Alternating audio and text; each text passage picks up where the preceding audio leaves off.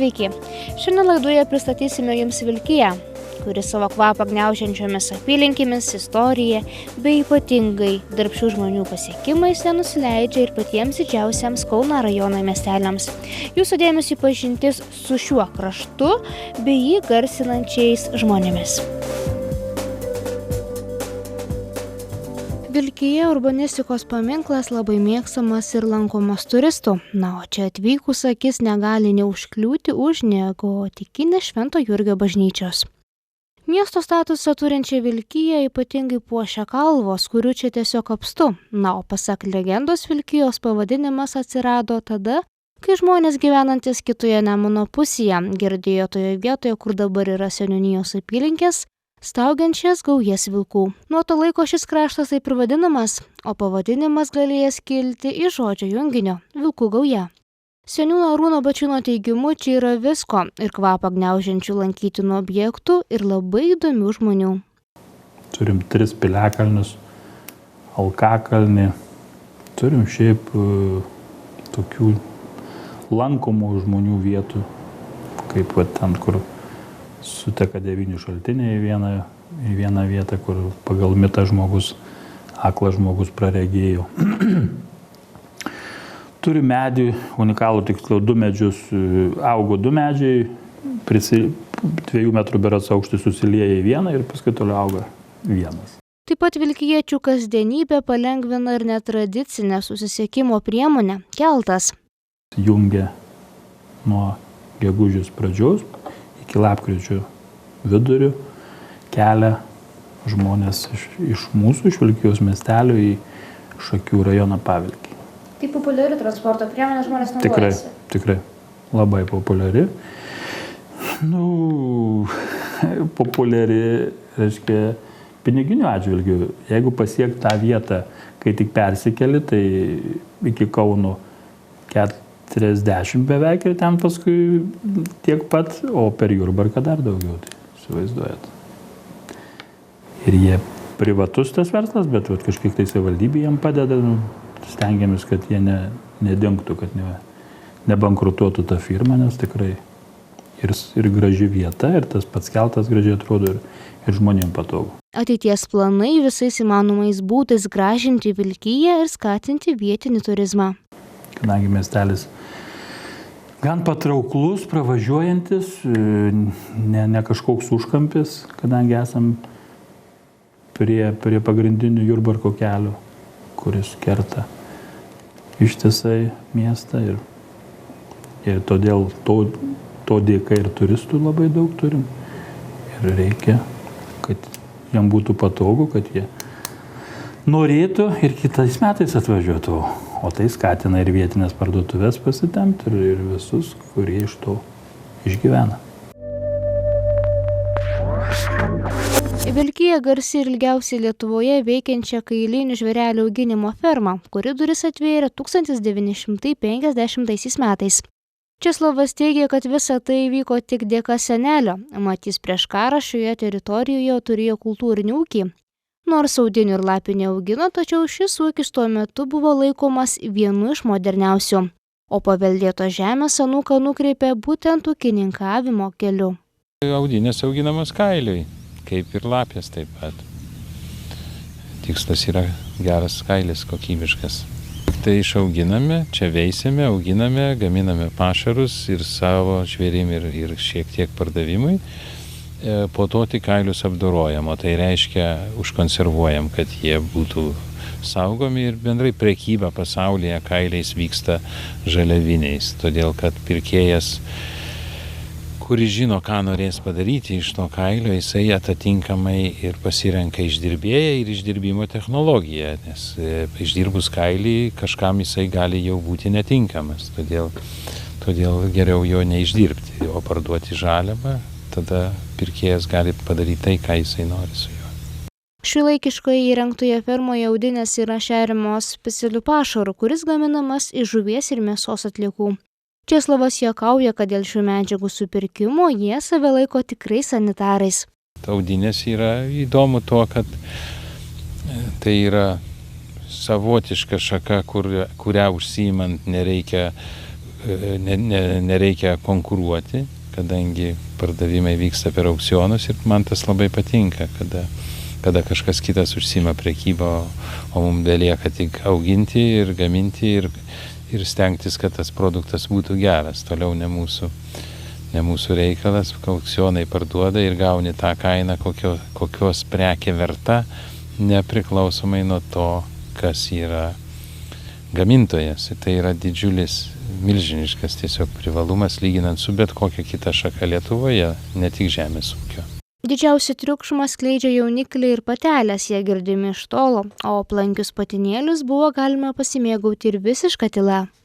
Čia yra gaudynės, kaip ir visos, yra palamino šviesios spalvos, ne visai balti, beveik balti ir nieko ypatinga to, kad tokių žvėrių nėra tiek daug, dėl to ypač paskutiniu metu yra madoj, tai jų kaina yra aukštesnė nei rudų. Bet jiem reikia dėmesio daugiau, jie lepesni. Tai, o šiaip nieko jie čia nesiskiria ypatingai spalva. Gražus. Ūkininkas teigia, kad yra labai geras būdas išsiaiškinti, ar viskas fermoje tvarkoje. Atėjus, jei negirdite triukšmo, o gyvūnėliai nesislėpia, o tik smalsiais žvilgsniais dairosi svečią, tai galima teigti, kad ūkyje gyvena laimingi ir prižiūrėti gyvūnai. Kalvystė tai vienas senoviškiausių amatų. Tiesa, šiuolaikiniai kalviai dirba kiek kitaip, nebereikia ir sunkaus kūjo kilnoti, o ir atsirado daugybė darbą lengvinančių prietaisų. Tačiau nors ir tobulėjant technikai, šis amatas vis tiek ne iš lengvųjų, o kalvio vardas tariamas su pagarba. Anksčiau būdavo taip kaip ir medžiu, bet tai ąžuolą. Ąžuolą paima, supjauna ąžuolus, iškasa ravą, ąžuolus suguldo, užkasa žemėm, galuose palieka po angą. Iš vieno galo užkuria, kad pradėtų degti, kad traukimas gautus. Įsidega, jau kaip gerai įsidega, jau ten jaučias, uždusina visai. Tai tada tas ąžuolas visas, ta mediena prasmilksta, jinai uždusita prasmilksta. Ir kaip užgesta, atkasa, įpardavinėja tą anglį jau ąžuolų. Tai naudodavo kalviai tą anglį. Taip anglis yra? Jo, tokia medžio anglis jau būdavo, jau kalviai naudodavo. Gimęs ir augęs Vilkijoje, kalvis teigia šio amato išmokęs savarankiškai, pradėjęs nuo arklių kaustymo ir pasagų kalimo, perėjo prie tvorelių, vartų, žvakidžių ir kitų užsakomų daiktų. Tėvukas sakydavo, tu daryk, o kaip daryti, tai darbas parodys. Tai va taip išmokino jisai mane tik tai arklius kaustyt. Tai va grįžau iš armijos, apsiženėjau greitai. Ir paskui niekur jau nenorėjau, į traktoristus nenorėjau, į fermą nenorėjau, tai va likau namie. Gali žodžiu? Jo, tai iš pat pradžių buvo labai daug darbo į tuos arklius kaustyt. Labai daug arklių buvo, ta čia nepriklausoma Lietuva jau 91 metais. Tai aš 89 pradėjau kalviauti. Raimondas sodyboje nelaiko jokių savo dirbinių. Tiesa, porą galima išvysti, bet nedaugiau, nes iš karto pasipuošus namą atsiranda pravažiuojančių pirkėjų. Ne, Dieve mano, tai pas mane nieko nėra praktiškai. Praktiškai nieko. Kol padarai, vienas dirbi. Kol padarai tą daiktą, išeina. Padarei, paskambinė, atvažiuoja, pasiima, išsiveža arba statyti. Išvažiuoja kur nors, tai turėklus, tai tuos vartus. Ir viskas. Tai čia yra jūsų pagrindinis darbas jau? Taip. Kitų papildomų neturit, va čia viskas? Dirbu profesinėje mokykloje, Vilkijos profesinėje mokykloje.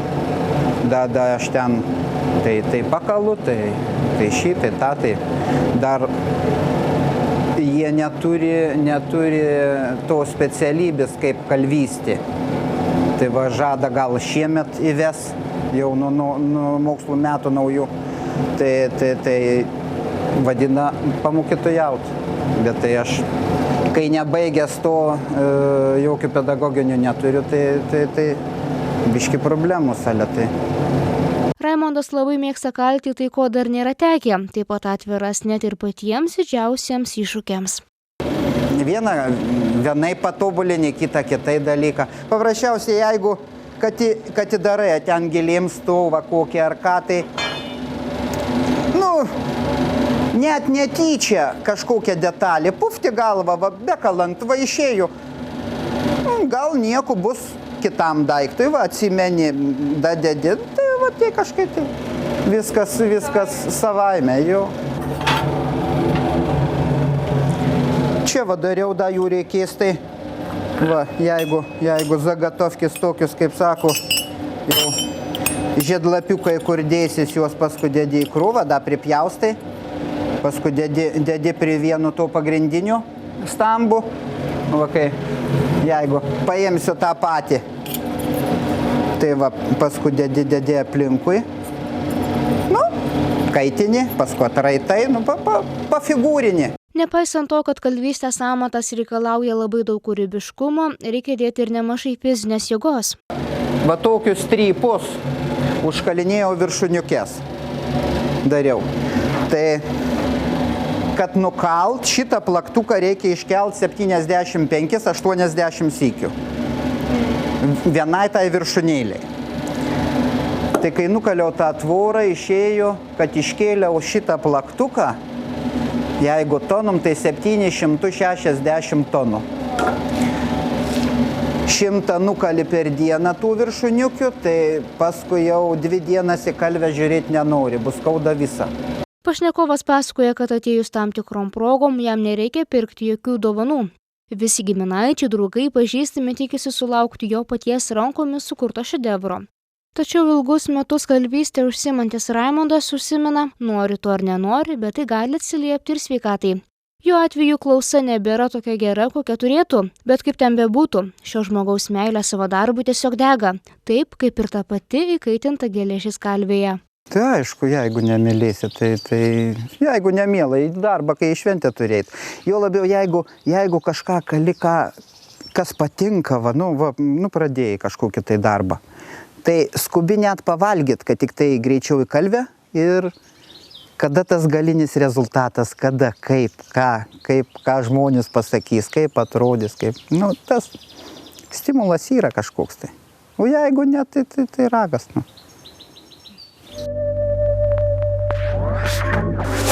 Vilkija yra neatsiejama nuo ją garsinančio muziejaus, tai Brolių Juškų etninės kultūros muziejus.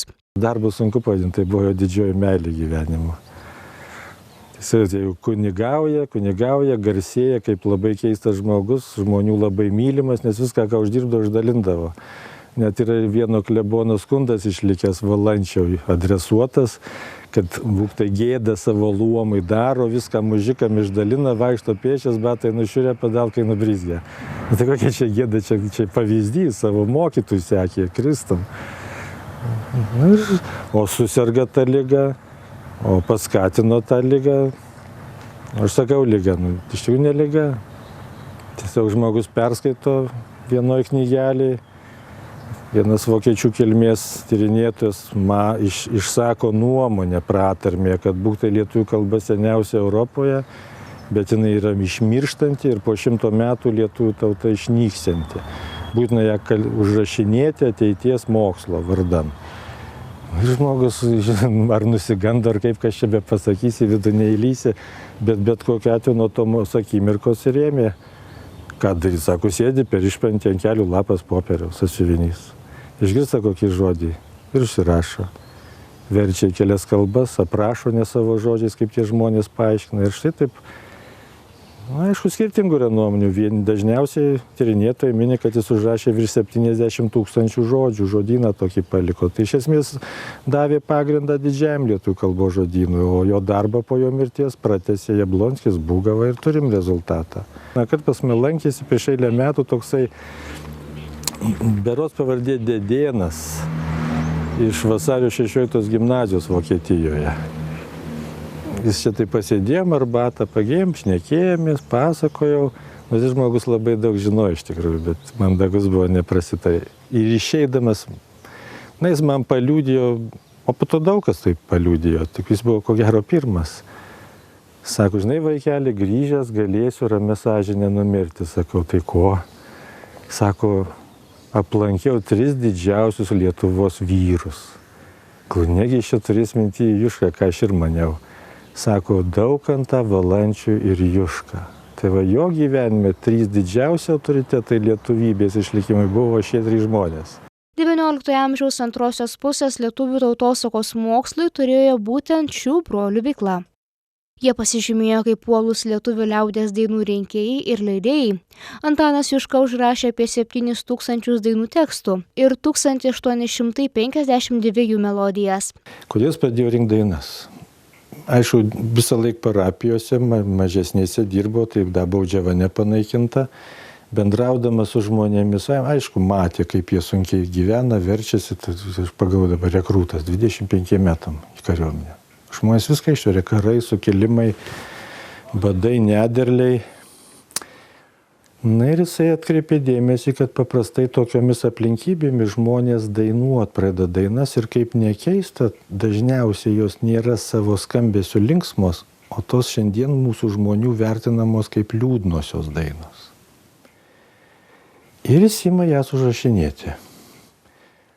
Ir per lėtas žinia procesas, jo labiau, kad baudžiauninkas jis turi darbus atidirbti visus priklausomus.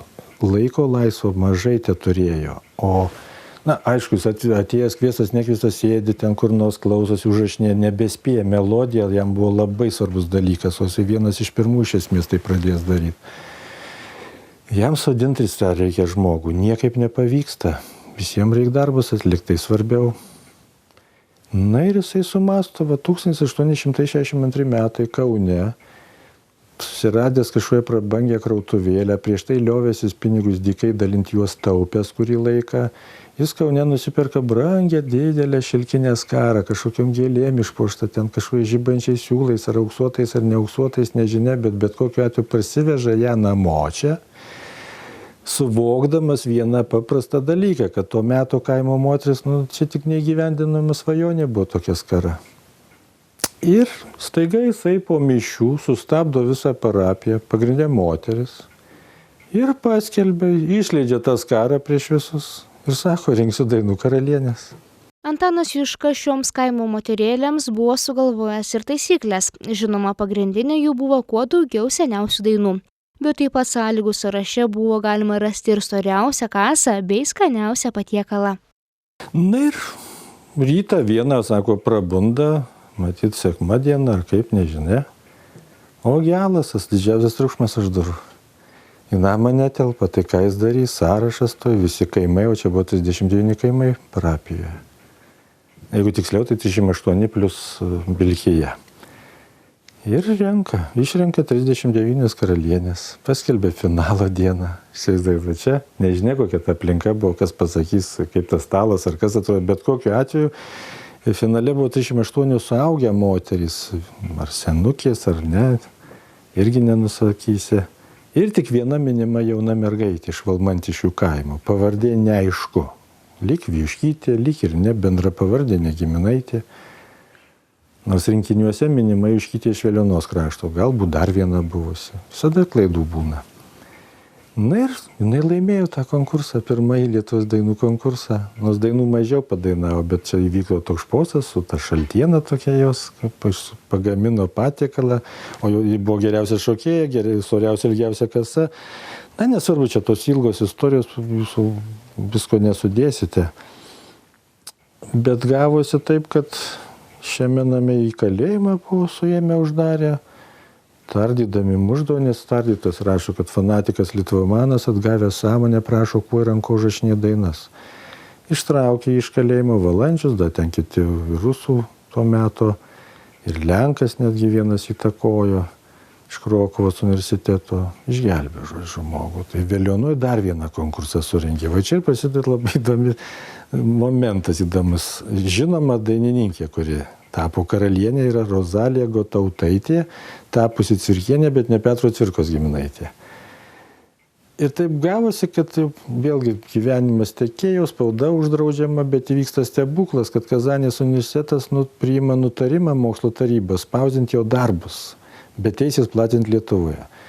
O kad spausdinti reikia tik savomis lėšomis galėjo. Tai jis gauna altarį Alsėdžiuose, taupo pinigus, susitaupo, jau sunkiai serga, nes kalėjime sveikata buvo palaužta, bet sako, kai tik pasidarydavo jam blogą, jis visada traukdavo beveik vieną tą pačią dainą arba kai kurias iš tų rinkinių. Antanas Juška lietuvišką žodį mylėjo kaip artimą, o sunkiausiose gyvenimo akimirkose užtekdavo tik užtraukti dainą. Tačiau apie knygos išspausdinimą nedrįso net pagalvoti, nes tuo metu tai atrodė tiesiog neįmanoma. Išvykus į Kazanę ir pablogėjus sveikatai tenka atsigulti į patalus. Tačiau tarpdury pasirodęs brolis Jonas atneša neįtikėtiną naujieną. 1880 metų ruduo brolis Jonas grįžta iš spaustuvės ir atneša pirmą dainų tomą. Ir jis mirė su ta knyga rankose, bet mirdamas paprašė, kad tą knygą jo dainų karalienė atvežtų į Lietuvą. Jonas atvežė. Nors jis prašėsi, kad ir jį palaidotų Lietuvoje ant Nemuno kranto pošiančiais medžiais. Maždaug taip yra prisimenama, kad sakęs. Tai arba čia, arba Veliuonoje. Perlaidojom po 110 metų, aš pats ekspedicijoje buvau, savo rankomis kėliau jo palaikus, tai dabar Veliuonoje ilsisi. Bet su ta knyga ir gaunasi. 1905 metais dar ta Rozalija gyva. Ir pas ją apsilanko kunigas Montvila. Jis ją nufotografuoja, aš tą fotografiją gavau. Čia radau pas vieną moterį albume ir su tą fotografiją detektyvą savotiškai išsprendžiau. Aš tiesiog žiūrėdamas tą fotografiją, sakau, kas šitą per močiutė tokia graži. Ir man atrodo, kad aš matęs tą fotografiją. A, ta moteris man sako, čia mano proprosenelė Rozalija Gotautaitė. Ir pasirodo štai, kas Mokslas gyvenimas žurnale, kai aš dar buvau tik 4 metų, buvo publikuota ta fotografija, už tai ir aš matęs ją buvau. Ir kai susiradau tą Mokslas gyvenimas žurnalo numerį, o tenai Jono Mačiulio prisiminimai, kas įvyksta. Ta knygą Montvila iš jos išprašo, sako, teta, aš keliauju į Ameriką, rinksiu aukas, pas lietuvius atspausdinsim 1000 knygų, parvešim į Lietuvą, bet jis įsėdo į Titaniką. Ir įdomi detalė, kad čia prieš keletą metų knygo mugė Vilniuje ir man skambina mano bičiulis, toksai režisierius V.V. Landsbergis, sako, Arūnai, sako, ar tu matei, kokia knyga yra išleista? Sakau, kokia? Sako, Titaniko lietuvių. Sakau, tai įdomu, sakau, gal gali, tai sakau, nupirk, vis tiek ten pigiau. Bet sako, įdomesni dalykai jo yra. Tai sako, aš tiesiog praverčiau ir mano akis pagavo Juška, kad žodis. Pasižiūri, o ten mini, kad Titanikė surado knygą jojo. Kai aš pradėjau domėtis, tai pasirodo, Deividas Kameronas su komanda kažkokį ten robotą sukūrė mokslininkai, Avataru pavadino ir Svavienų triumuose. Nes Los Andželė, žinot, buvo įkurtas muziejus tų iškeltų daiktų dar prieš Titaniko patį filmą. O triumuose ten nieks jokia technika neįlysdavo ir tas robotas tik tam ir buvo sukurtas ir jis surado tą knygą. Knyga šiuo metu yra Jungtinėse Amerikos valstijose, Titanike rastų daiktų muziejuje. Norint ją išpirkti, tektų sumokėti labai didelę pinigų sumą, tad kaip teigia muziejininkas Antanas Niečkus, tolimesnė šios knygos ateitis yra nežinoma. Ir galų gale čia tik knyga, o esmė – graži istorija. Ačiū, kad buvote kartu. Na, o naujas mūsų laidas kviečiame žiūrėti tuo pačiu metu kaip visada. Paskutiniai 3 mėnesiai ketvirtadienį yra skirti būtent jums, mieli žiūrovai, susipažinti su Kauno rajono miesteliais. Iki.